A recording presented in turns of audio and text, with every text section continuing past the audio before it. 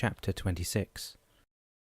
The chant from the minaret, calling everyone to prayer, accompanied Dan, Malou and Damianos' arrival to the beach bordering the fishing village of Carita.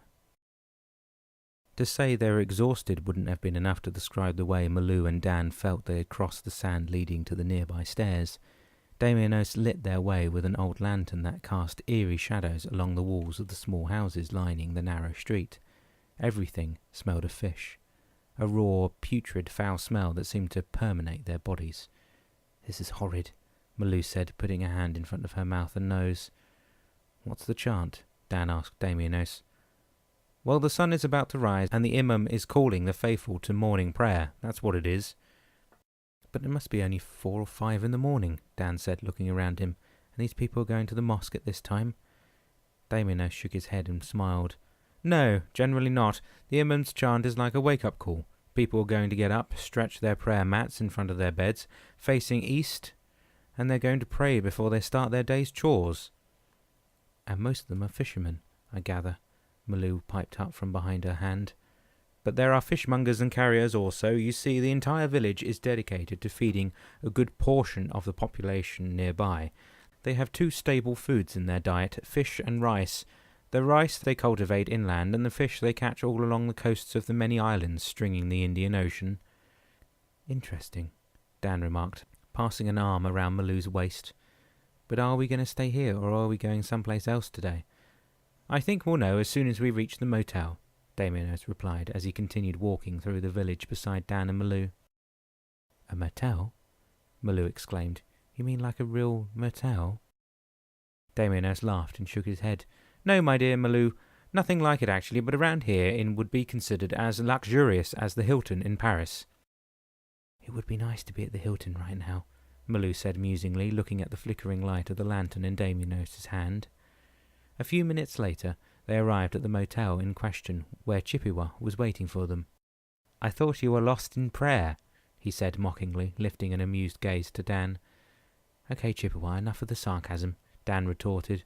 "Just tell us where we're going to get some shut-eye or eat something before we get on our way, okay?" "Ah, I see that impatience and frustration are again getting the best of you." He frowned. "But no matter, after you've rested for a while," he opened the door to a simply furnished room, "you'll soon resume your travels through your imagination and to your ultimate destination." "Thank you, Chippewa," Malou said, stepping inside the room and flopping down on the bed. "Okay then," Damianos said. "We'll leave you for a while," closing the door on Dan and Malou. They must have slept for a few hours, for when they woke up the sun was high in the sky and heating the room like the inside of an oven. "Do you think we could find something to eat around here?" Dan asked, coming out of the shower. "I suppose we could, honey. Let's just go and investigate, shall we?" "Good idea," Dan said, slipping into his trousers and t-shirt.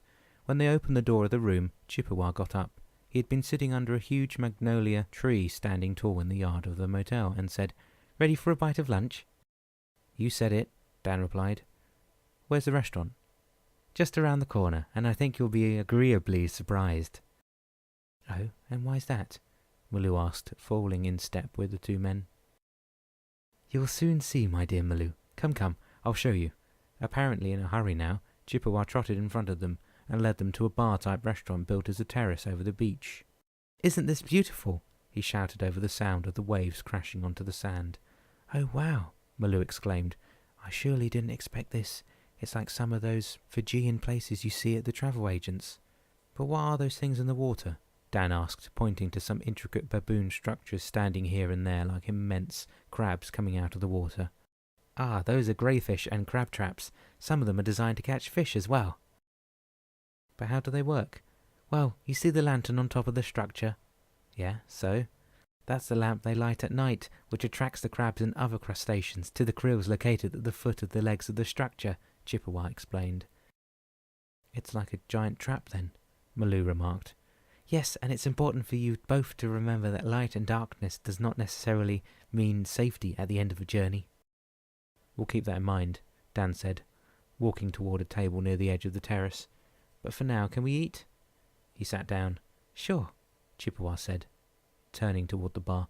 "I'll order a seafood tray for all of us and some bottled water. Will that do?" "Absolutely," Dan replied to Chippewa's back as he watched Malou still standing at the edge of the terrace and looking out to the ocean.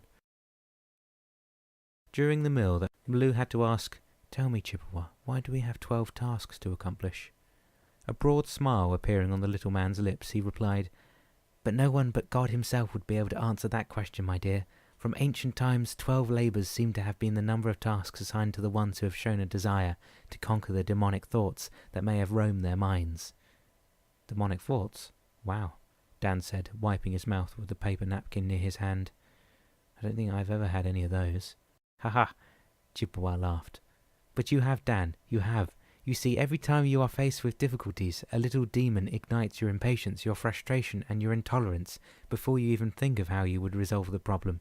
And those little demons are the steeds of demonic thoughts that gallop through your brain in face of problems." "We all have them," Malou remarked. "Precisely, Malou.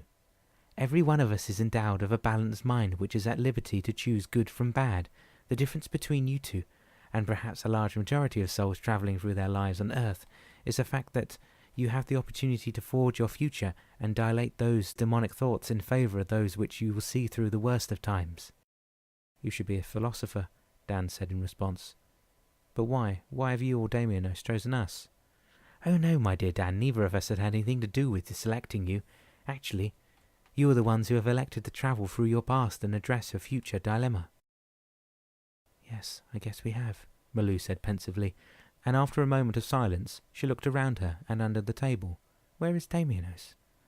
"Oh, I think he is already preparing to receive you at your next destination." "And where will that be?" Dan asked. "I am not privy to such details, Dan, but I do believe Malou made a wish this morning that may indeed come true this evening," Chippewa concluded, rising from his chair. "And now, why don't you take a walk along the beach? I think you'll find it refreshing." "That's another good idea," Dan said, standing up and taking Malou's hand in his. "Let's go, hun. We've got a few hours before sunset." He waved to Chippewa as they both began walking near the water's edge. As if mesmerized, Dan and Malou couldn't take their eyes off the waves dying onto the wet sand, and in the space of an instant they were walking on the marble floor of the reception hall of the Hotel de Crillon in Paris. Malou lifted her gaze to the ceiling, and the hand that she had placed in front of her mouth to prevent her from inhaling the putrid smells of the streets of Carita was now preventing her from screaming her astonishment. Dan gripped her other hand and looked around him. "Where are we?" he whispered to her. "It looks like the Chateau de Fazelise I saw in some pictures," Malou said as quietly as possible. "May I take your luggage to your suite, sir?" A young man in a porter's outfit asked Dan. Bewildered beyond words, Dan babbled, Yes, of course. Go right ahead." "Good God, Dan, what are we doing here?"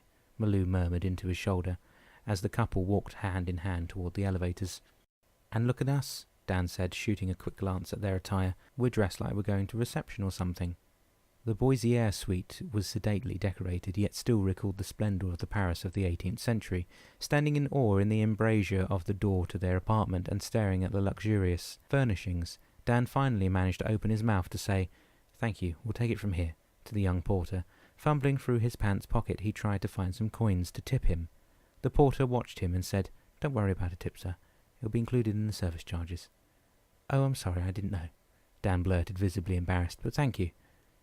"You are very welcome, sir, and I wish you a pleasant stay at the Hotel Crillon," the young man added, walking out and closing the door behind him. "Will you look at this?" Malou said, going down to sit on the sofa facing the fireplace. "I don't think I could get used to this, you know that." "Well, perhaps it will be the right attitude to display during your next task."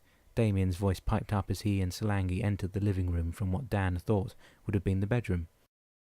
"I can't tell you how glad we are that you're here," Dan said, turning on his heels to shake Damien's hand. "We've had quite a trip getting here. You wouldn't believe it if—" "Oh, but my dear Dan, we were there." "You were?" Malou burst out, rising from her seat to go and meet the couple. "I wish you had said something because," Solangi giggled, "I don't think we would have had time to carry out a conversation, do you? You were both too busy staying alive, didn't you?" "You're right at that, Solangi," Dan agreed. He looked up at Damien again. "Why don't we sit down and perhaps you could tell us why we're here?" He extended a hand toward the sofa and chairs near the fireplace. As the four of them sat down and began relaxing, Malou asked, "I guess you're the ones who took the book back with you when we closed it, didn't you?" "Yes, my dear, we did," Solangi said. "You see, although you benefited from a temporary respite while you were reading the description of your task, we knew that as soon as you would close it, the rain would return, so we took it to safety." And where is it now? Dan asked, switching a gaze from Solangi to Damien. Don't worry, it's nearby, Damien replied with a reassuring smile. But before you and Malou open it again, we would like to invite you to tell us what you felt when you arrived here. Malou and Dan exchanged a glance. Well, Malou began. As for me, I felt lost. I'd never thought that such luxury was hosting real people these days. I mean, I had seen the old palaces in movies and pictures, but the thought that people, today, actually live or stay in such places is simply amazing. I don't think I could stay here for very long. And why is that? Solangi asked. Because all this gold, these beautiful paintings, everything. Her forearm travelled from one side of the room to the other. It's so rich, I'd be too afraid to touch anything. I mean, being wealthy is one thing, but this is beyond opulence. It's almost denying anyone to have any sense of humility. Exactly what we wanted to hear, Malou, Damien rejoined. What about you, Dan? What did you feel when you arrived at the hotel? About the same as Malou, I suppose, Dan said, squeezing his wife's hand. I felt out of place, really. I've always tried to earn an honest and comfortable living for my family, but I don't think I would like this sort of wealth. I wouldn't know what to do, like which fork should I use, type of thing. Everyone burst out laughing. Yes, I appreciate what you're saying, Dan, Solangi said, still giggling. She looked at her husband. Even when we were guests to some ambassador or other, we always had problems with forks and knives. But you've said something interesting, Malou, Damien went on. Something about losing one's sense of humility. Could you tell us what you meant? I don't think I can explain this properly, but it feels as if you can't be humble in a place like this. You've got to display some arrogance. Being human has no reason for being what it is in a place like this. I think it's time for you to open the book then, Damien said, pulling it out from behind his back and handing it to Dan.